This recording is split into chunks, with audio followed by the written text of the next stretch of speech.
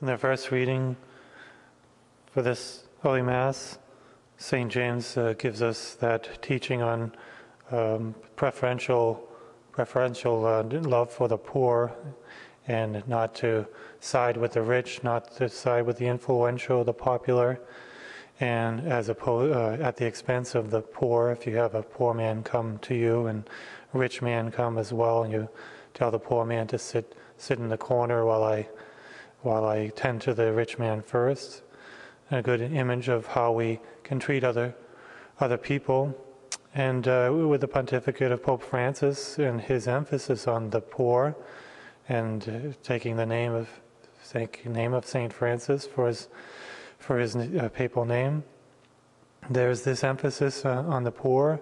And of course, our Lord always wanted us to emphasize our treatment of the poor, preferential treatment and importance of the poor, and how we should all have that mentality, the mentality of reaching out to the poor.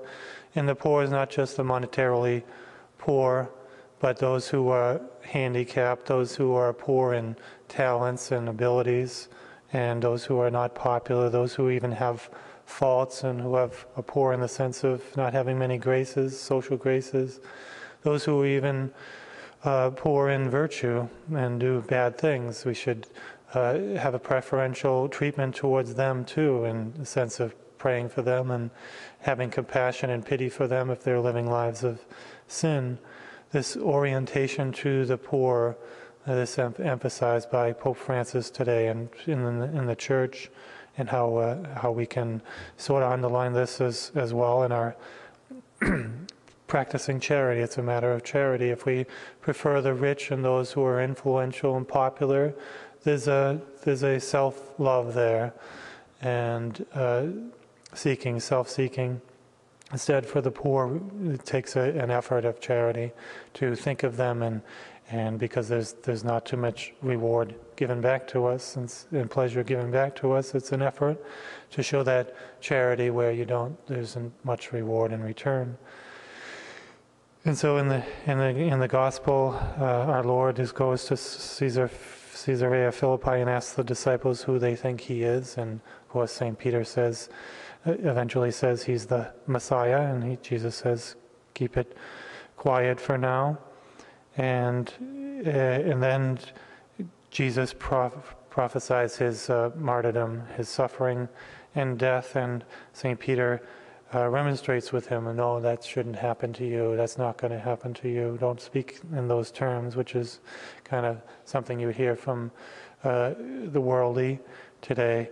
Don't talk about pain and suffering, don't talk about those kinds of realities, don't talk about death and hell and sin, and don't talk about those negative things. Instead, Jesus says, get behind me, Satan. You're not thinking as God does, but as human beings do. Human beings don't want to talk about the cross, the negative things, which are an important reality that we have to focus on. And we could call it the philosophy of the cross. Our Lord teaches us the philosophy of the cross. The world teaches us the philosophy of pleasure and self-love and self-seeking. The philosophy of the cross should be our guiding light, because there's so many crosses to carry, and we can reject them if we have this philosophy of pleasure. I seek out my pleasure, my aim and my direction, and my footsteps are headed towards pleasure and entertainment, and anything that's difficult I try to push out of my life and get away from me. And that means pushing out our job, our responsibilities, pushing out family, children, pushing out the elderly, pushing out anything that's difficult and doesn't give me pleasure, pushing out all this because I want the maximum amount of pleasure. That's my philosophy, my guide, and my program for life. Instead, the philosophy of the cross is to seek out God's will, seek out our duties and responsibilities, seek out charity, seek out helping other people, which is difficult at times. Seek out my responsibilities, seek out the narrow way, the difficult way to heaven. That should be my philosophy of the cross, where I embrace the cross, I embrace difficulties. I embrace the cross, and of course that doesn't mean that everything is thorns, everything is difficult, but that's my first focus, is God's will.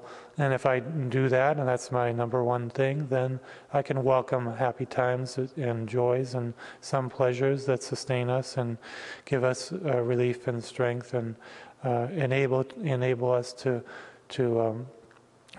bear the crosses in the midst of joys.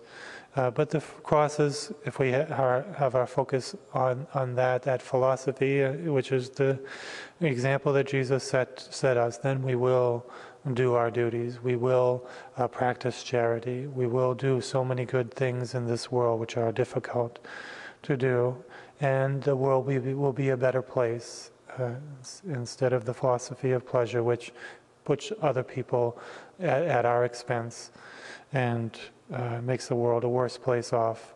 So let's preach the philosophy of the cross and live it ourselves.